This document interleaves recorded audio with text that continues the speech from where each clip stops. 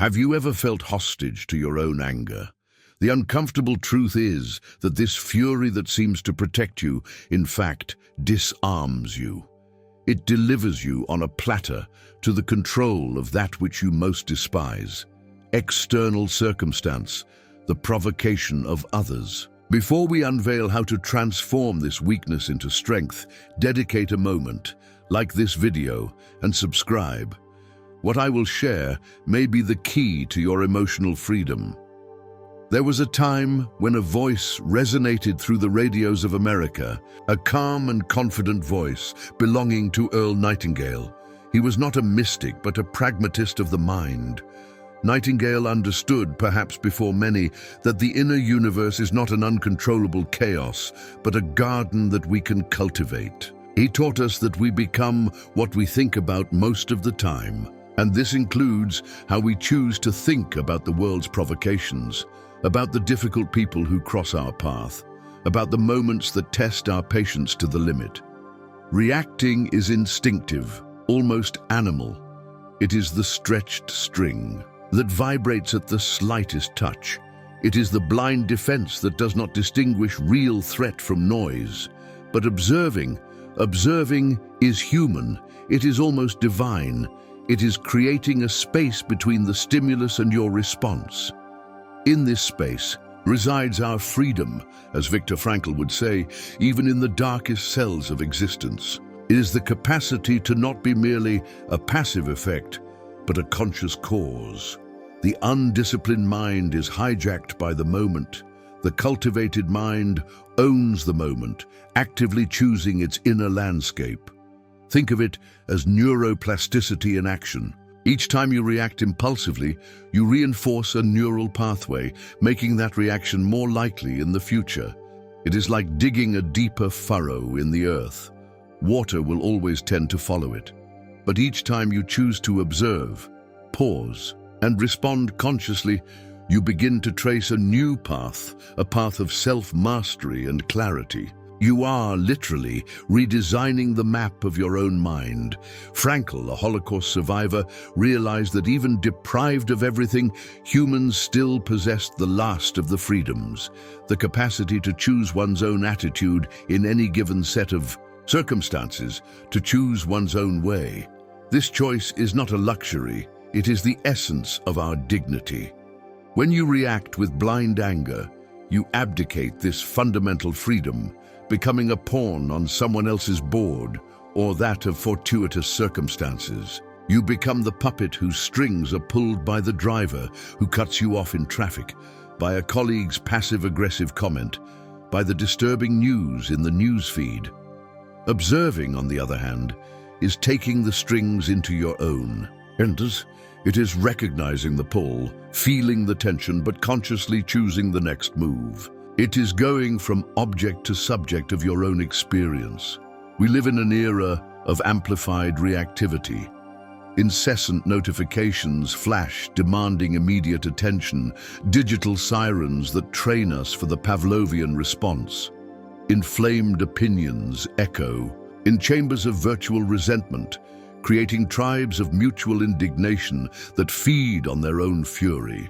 We are subjected to a bombardment of stimuli that not only ask for our attention, but often hijack our limbic system, demanding our impulsive indignation as currency for belonging or validation. The world seems to conspire to keep us in a state of constant alert, like exhausted sentinels in an endless war, addicted to the adrenaline of contention, even if that contention is just a heated discussion in the comments of a post. In this scenario, calm has become a revolutionary act, pondering, almost a social heresy. The staggering speed of information has run over the nourishing depth of reflection, and you feel this in your skin, don't you? That pang of shame burning in your chest after a disproportionate verbal explosion. The corrosive frustration, like slow acid, for having lost your head with someone difficult, handing over your personal power on a platter, feeling diminished afterwards.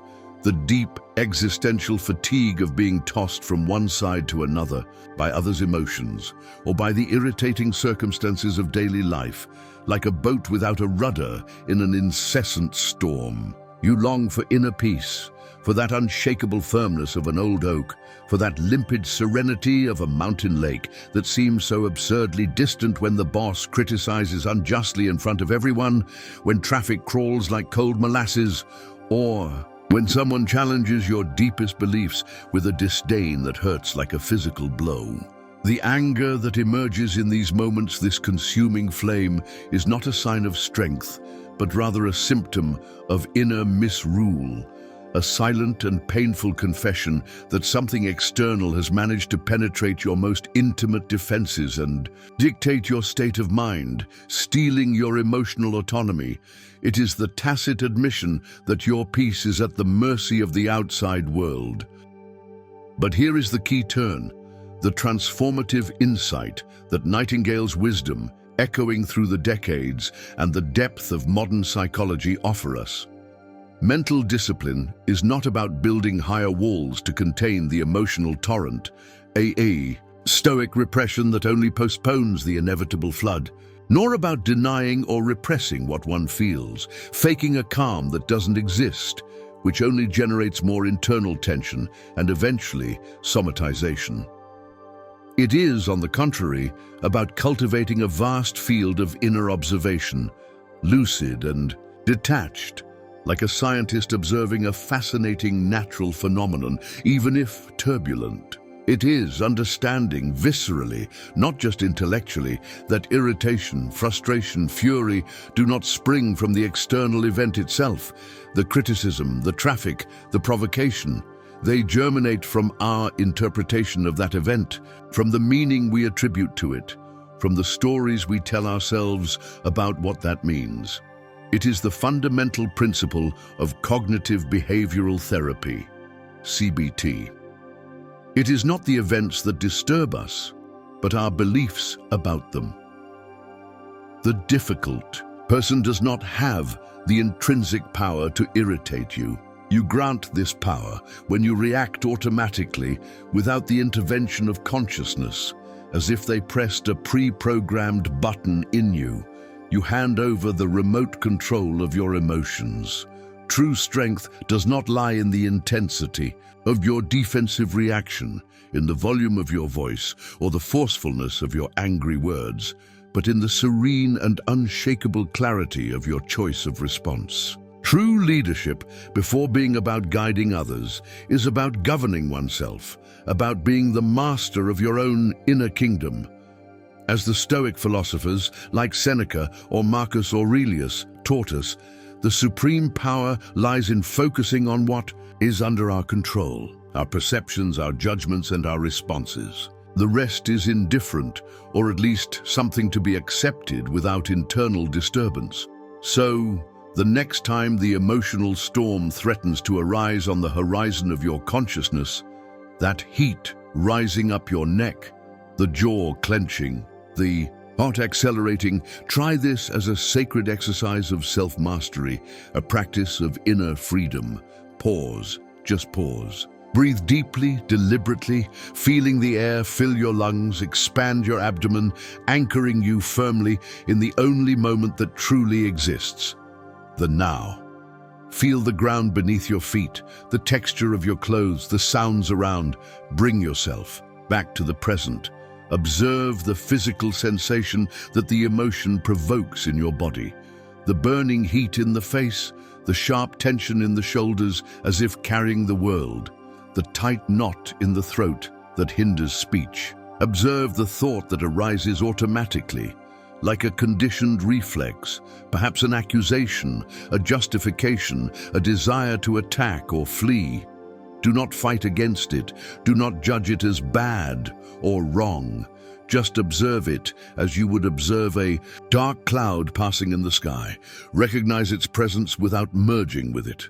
And then, in this space of clarity that you have just created with your pause and conscious observation, a space that did not exist before, filled only by automatic reaction, ask yourself with brutal honesty, with the genuine intention of finding the best version of yourself. Which response serves my higher purpose? Which action reflects who I choose to be in this moment, beyond the initial impulse and the momentary wound? How can I respond in a way that preserves my integrity, my inner peace, and ideally builds bridges instead of walls? Realize, it is not about being passive, swallowing frogs, or becoming an emotional doormat. It is about being deliberately proactive in your response, choosing it from a place of inner strength, clear values, and emotional intelligence, and not from blind reactivity, past wounds, or unconscious conditioning. It is the difference between being a thermometer, which merely reflects the temperature of the environment, and being a thermostat, which defines and maintains the desired temperature, regardless of external fluctuations.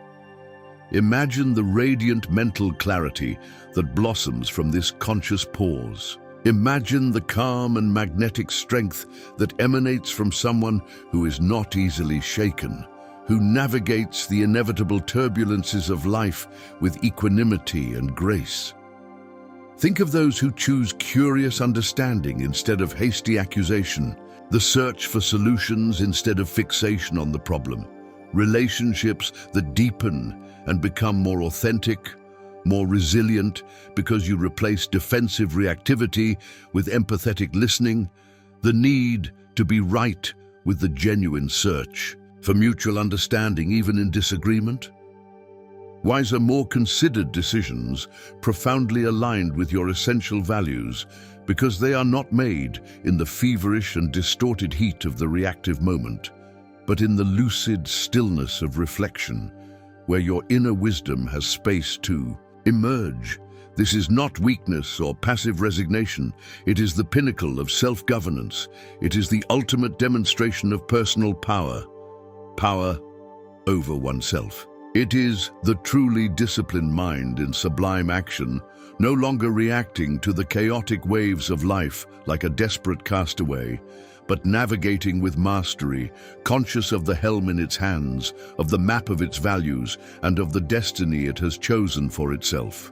It is freedom conquered, not given. The final question that echoes, therefore, is not whether the world will stop provoking you, testing you, presenting unexpected challenges and difficult people.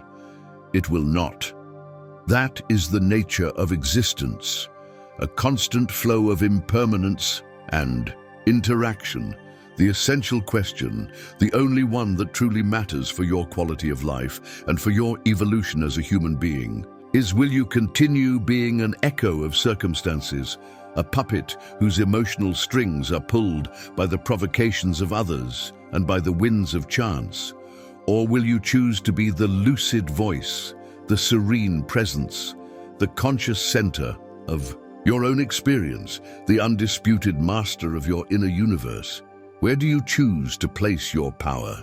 If this reflection ignited a spark of recognition or inspiration in you, if it touched on something that longs for transformation, share this video with those who also seek this inner mastery, this emotional freedom. And more importantly, comment below with courage and honesty. Which specific emotional trigger, which situation or type of person that consistently pushes your buttons will you choose to observe with more attention and curiosity instead of simply reacting, starting today? What will be your first field of conscious practice? Continue this journey of self-knowledge, mental discipline, and personal flourishing with us. Like this video if it brought you value, and subscribe to the channel so you don't miss the next steps of this profound exploration of the human mind and spirit.